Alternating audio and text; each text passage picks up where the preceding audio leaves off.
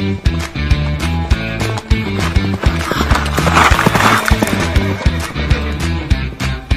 Arabian Racehorse Podcast with Debbie Burt and Stephen Molyneux. Hi, and welcome to another edition of the Arabian Racing Podcast. This week we'll be reviewing the two races that we've had at Lingfield and at Chelmsford, and then we'll be moving on to our next race at Wolverhampton. We're joined again by Stephen Molyneux from Dubai. Welcome, Stephen. Hi, Debbie. How are you? Yeah, all good, all good. Still unseasonably cold here. I'm sure it's quite warm in Dubai at the moment. I'm in a jumper and you're in a t-shirt again. Yeah, my kneecaps are sweating. It's that hot over here, yeah. I'm almost jealous. Right, if we start off with the race that we've just had, the maiden, the Emirates Breeders' Maiden at Lingfield, which was run over a mile. We had some quite nicely bred newcomers in the race. The race was won by Munir. What did you think? Yeah, it was a race full of very green horses, I thought, more than anything, which obviously you'd expect with many of them being first time out, and particularly the two that came to the fore, Munir and Al Khaliji, both being 3-year-olds as well. So you wouldn't necessarily expect them to be both fully tuned up at this stage, but they came a couple of lengths clear of Al Mahbouba, who we all expected to, well, based on French form, we all expected that one to go pretty well with an initial rating of 85, but really had no answer at all to the 2 3-year-olds. And yeah, they both looked nice prospects with a promise of more to come, obviously with the experience under their belts. Munir, obviously by AF Al Bahar, who's I would describe, I think you did as well in your race card notes, as a very precocious sire, and a lot of that did show in Munir. And yeah, they're obviously going to be likely going to the 3-year-old conditions race next, and the perfect start to their careers, really. I'm not quite sure what to make of Al Mahbouba. Maybe the rating of 85 slightly flatters that one from France, and above anything didn't totally look in love with the game, which is maybe why Francois Rojas decided to get rid of that one. And promising performances further behind, Tamjid and particularly Thayer Athbar. I thought that one looked greener than most, but managed to stick on in the end to finish 5th. So there'll be plenty of horses that are going to get rated on the back of this first run, which is going to make life tricky, because I think an awful lot of them are going to improve an awful lot next time. And you'd hope so, really. I mean, that the whole point of the maidens is to get these horses out and get them a rating, and then we can move on from there. Just going back to Munir, and we were talking about her breeding just then. She's out of Salama, who won she won first time out, and she won the Dubai juvenile race, which at that time was Group 2. I know, obviously, it won't be going ahead this year, but it dropped to a Group 3, obviously, because of the value of the horses running in it. But, you know, it just shows that she's certainly bred to have put in a good performance first time out. And you would hope that she would be able to build on that. And the same with Al Khaliji. She's a half-sister to a debut winner as well. So I think there's no harm in saying that, you know, they weren't winning out of turn, certainly on pedigree, but, you know, as we discussed at the time, it's whether these 3-year-olds are ready and they can take advantage of quite a substantial weight allowance, which, you know, they got in that race. Yeah, it was a stone and 3 pounds. It was an awful lot, really, wasn't it, that they were both in receipt of. And Munir probably would have won by a bit further had that one not veered right across the track, and Al Khaliji probably would have finished a bit further clear of Al Mahbouba had that one not been hampered by Munir. So I'd say the pair were definitely a good deal better than the eventual third.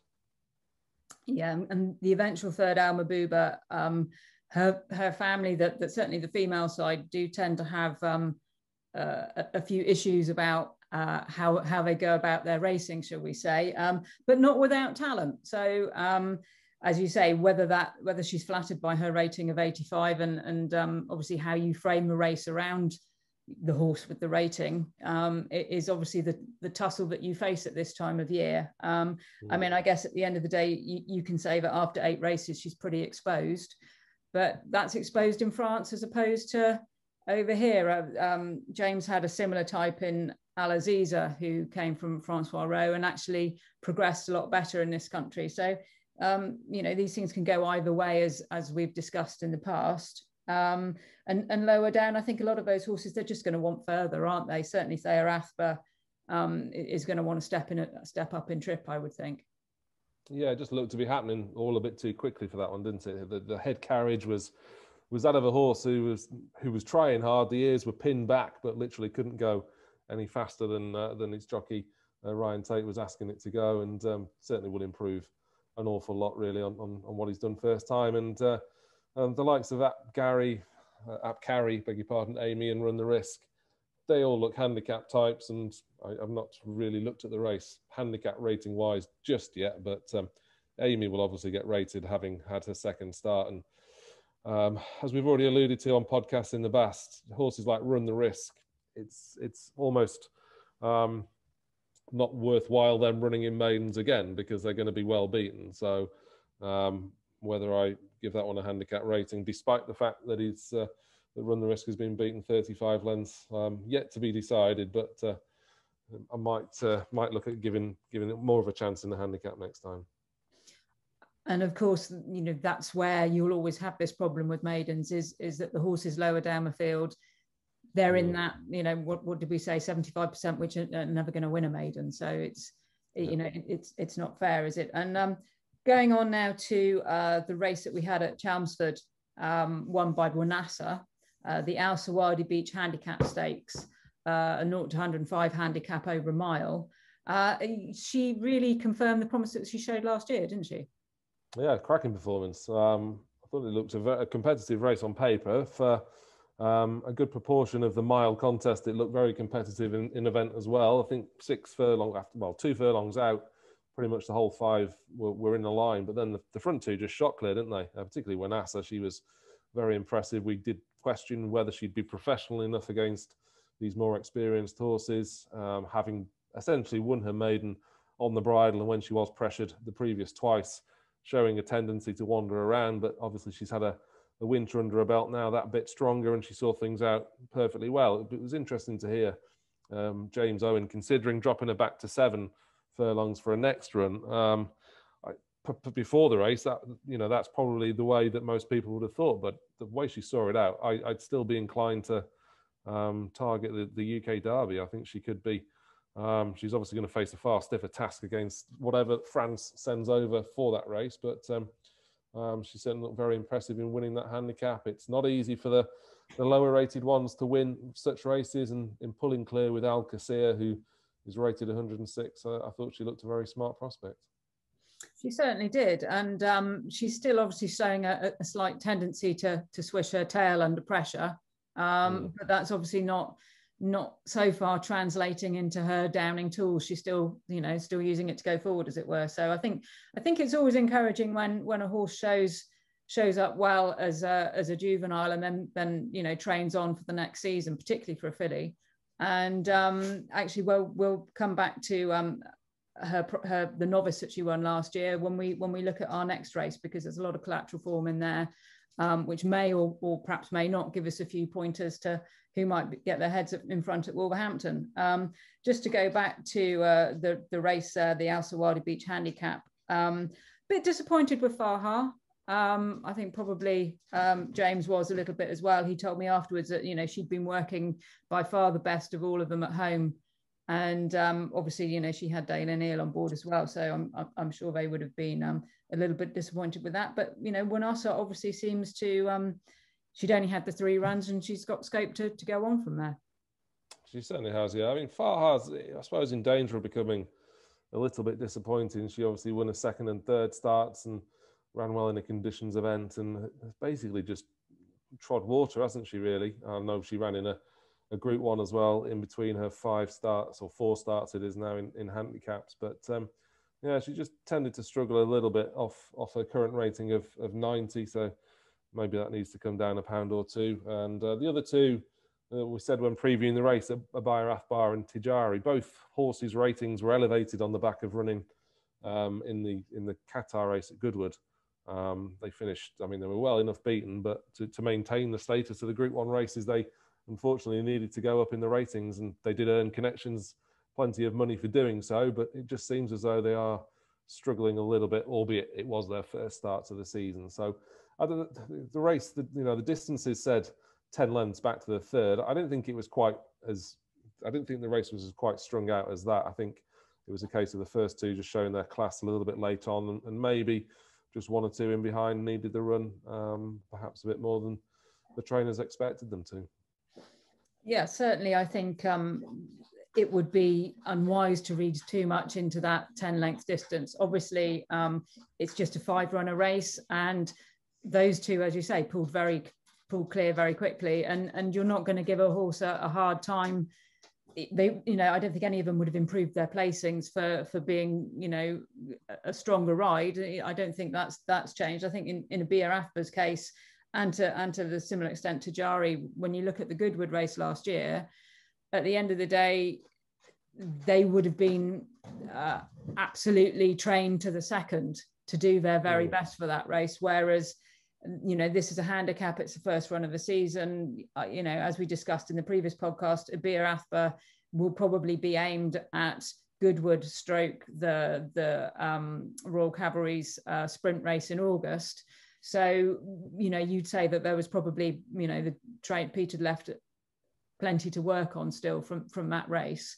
And I guess really, I suppose, when you look at it in those terms, Wanassa was really the one who probably had the most to prove on the back of the fact that she was the least exposed, I think is probably the best way of looking at the race, afterwards.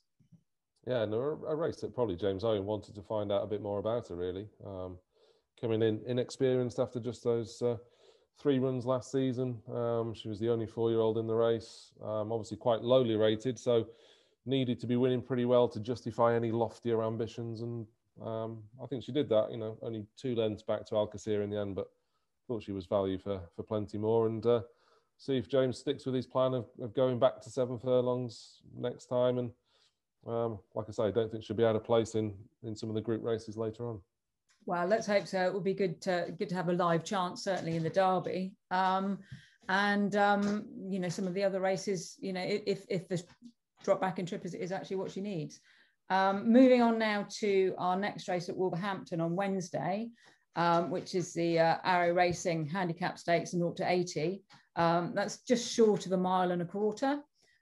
A lot of those horses there were running in the novice that Wanassa won last year at Chelmsford, and there are also 3 course and distance winners in the race. So it's quite an open race where, you could make a case for most of them, really. How did you see the race panning out? Well, yeah, I mean, hopefully it's a very, very competitive race. That's what it looks like on paper. You've got a few horses in there with handicap rating after just 1 or 2 starts that are perhaps open to a bit more, hopefully open to more improvement. You've got the more established ones in there, the likes of Paramount Angel, who did so well in 2019, Al Tabari, who did so well last year in winning a couple, and then it's just a case of whether they're all a touch vulnerable to the likes of Farasa, who only starting a maiden this season, and the likes of Balkis as well, who of course ran second to Wanassa with Nadal Shiba just in behind. So again, a lot's going to depend on how much those horses improve from their initial outings, and whether the hardier handicappers have that bit more know-how for them on the day.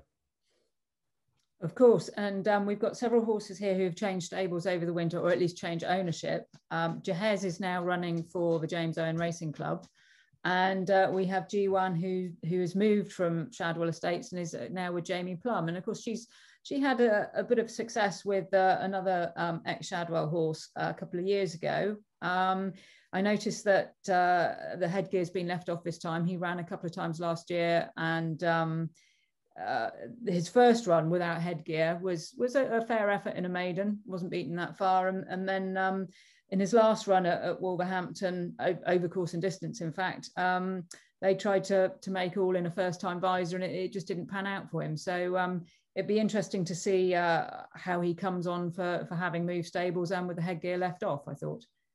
Yeah, I mean, he didn't really progress, did he, from that first start, G1?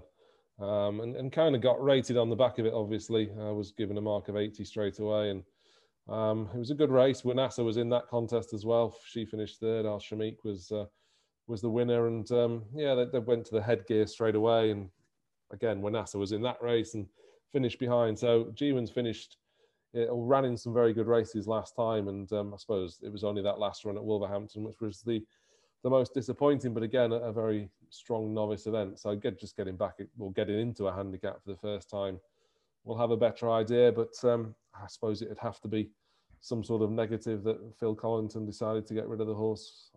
Felt that maybe wasn't capable of winning a race off his current mark of 75, and that he had bigger fish to fry with other horses in the yard.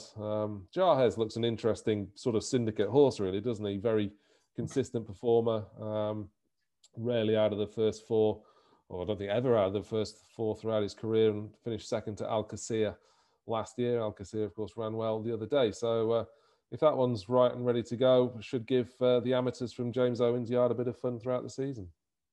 Of course, and looking down towards the bottom end, you mentioned Tabari there. He was actually our leading Arabian of last year, and looked progressive at his level. I mean, this will be the first time that he's come up against horses really of this quality. I know he ran in a similar sort of race last year, but the horses behind now certainly wouldn't necessarily be the same level as these ones, really.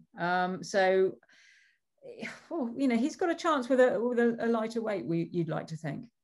Yeah, I mean, it's always difficult for horses that have thrived to then come back a season later, or not a season later, but 6 months later, for example, and continue that good work. And it might just take one or two runs to almost regain that thread. But, his career is very much mirroring that of his dam, Altesse Cossack, who just needed those first few starts to find her feet, and she ended up being rated 83. So Al-Tabari's gone up to 65 now, which quite a chunk really for 2 wins, £20, but did win very impressively last time. I agree it's a better race. There are less exposed sorts in this one compared to the race he won last time. But if Peter Hammersley can get him back in the same sort of form as was the case at the end of last season, then he's probably got a bit more scope. And confidence is a very hard thing to quantify in horses. That the horsemen, they say that they can see it in a horse, and Al-Tabari certainly looked as though he'd turned a corner last season. He certainly did, and it would be nice actually to see a small stable progress with a horse which is not exactly a homebred, but almost a homebred, obviously, because Pete and his wife Michelle were closely associated with the dam Altesse Cossack, and the foal was actually raised at Pete's for his all of his life, basically. So it's a nice story apart from anything else. And to be fair, the horses which have just got their ratings, they need to prove that they've trained on and can build on that. And so often we see that horses, as we discussed with G1, they get their ratings, but actually, if they can't build on it, then it could leave it open to a horse like Al-Tabari, who's at least got some experience and importantly course experience to take advantage. It takes a very good horse to win a handicap after 1 run, 2 runs. They've got to have that bit more than just pure ability. I know he's perhaps a little bit different in the Arabians, but I still maintain there's a lot of comparisons that can be drawn with thoroughbreds, and that would be one of them. So those horses that are coming in, the likes of Belkis, Phil's still to have a winner this season.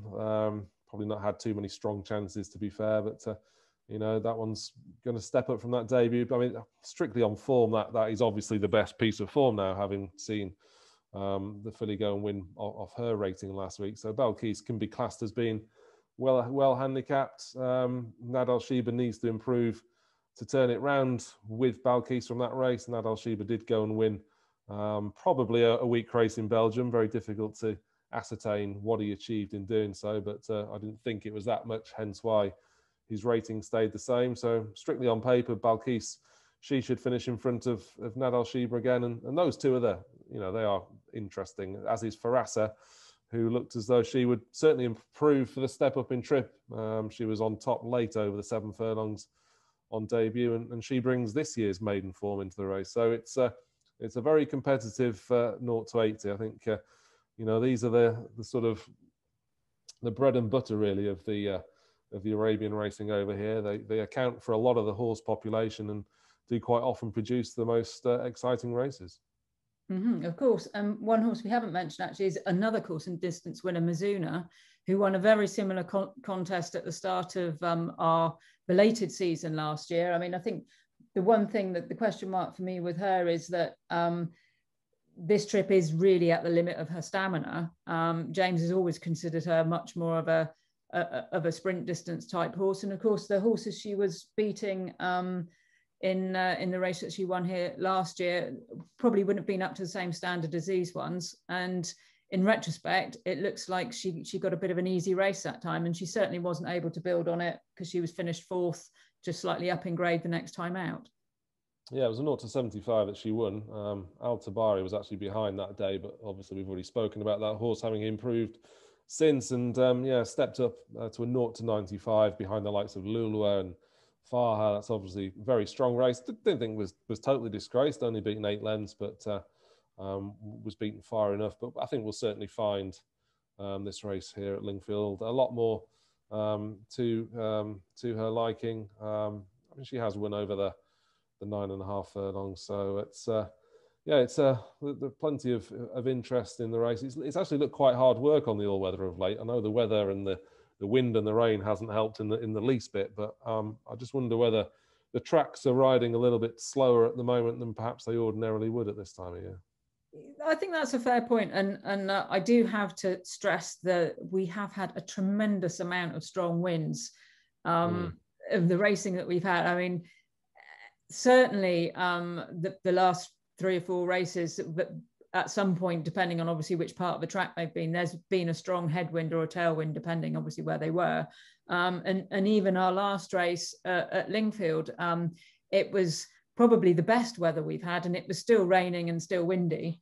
So we do happen to be going through a particularly inclement spring this year in the UK. So you may have a point, or with if we do finally get to see some sort of summer, then maybe that might even itself out a little bit. Certainly the forecast is suggesting, but by the time we get to our next race, which is the Albuston Beach Handicap at Chelmsford, which is on the 3rd of June, the weather should have be a little bit more seasonal for the time of year, one hopes. That's a 0 to 65 over 1.25 miles. So again, that's another chance for our slightly lesser rated horses to make an appearance. Yeah, and just bearing in mind that 0 to 65 is just around the corner and over a similar distance, it's almost interesting that Al Tabari in particular is actually running in this race. Pete Hammersley could have had that option. Don't know whether he'll do both with the horse. Maybe he will. And Stonehenge as well is another one that could do from that yard. Another horse that won well in a lower grade of race and maybe just struggled off his higher rating. But hopefully the forecast is to improve, and no one likes seeing flat racing under miserable conditions that we've had over the last week or so. No, least of all me when I'm stood out in it, I have to say. But just a quick word about those two with Pete. I mean, I think I think to be fair, it's a natural progression for both Al Tabari and Stonehenge to run at Wolverhampton, it being so close to Pete's yard. And certainly in the case of Stonehenge, he had a minor injury and a year off. So you would expect him to definitely need this race. So obviously it would make sense to have an outing closer to home. And with Al Tabari, he showed that he can put 2 races together pretty quickly. Last year, so yeah, we, as you say, we may see them both turn out again at Chelmsford next time. Yeah, I'd certainly expect that to be the case. The Arabians are pretty durable sorts, and given the shorter season, shorter than even normal, then I think you've just got to run wherever the races are available. I think that's absolutely right, and I think people do need to take advantage of the opportunities, and even if it's not quite the perfect trip for their horses, I think certainly with a lot of the younger ones, the experience of going to a racecourse and running is paramount, really, and the more runs that they can get into them, the better, obviously. Yeah, exactly, and I'm always on the lookout at the conditions book and trying to be as kind where possible to give a horse every chance to run in as many races as they can. When you rate a horse 63, you might as well just rate it 62, so it could run in a 0 to 60, and that sort of way. So I don't buy into it when trainers complain there are a lack of opportunities. There probably are the opportunities, just not the absolute ideal conditions. But let's hope we get some fuller fields for the handicaps. There's obviously only 5 for the 0 to 105 last week, but that's a slightly higher grade of race than than perhaps our horse population normally would cater for. But like I say, I think these 0 to 80s, 0 to 65s are certainly very competitive. Absolutely, and certainly this next one coming up looks like it will be a very competitive race, and we'll be back to review that afterwards and to look forward to our next race at Chelmsford. So thank you very much, Stephen. No problem. And we'll see you all next time. Thank you.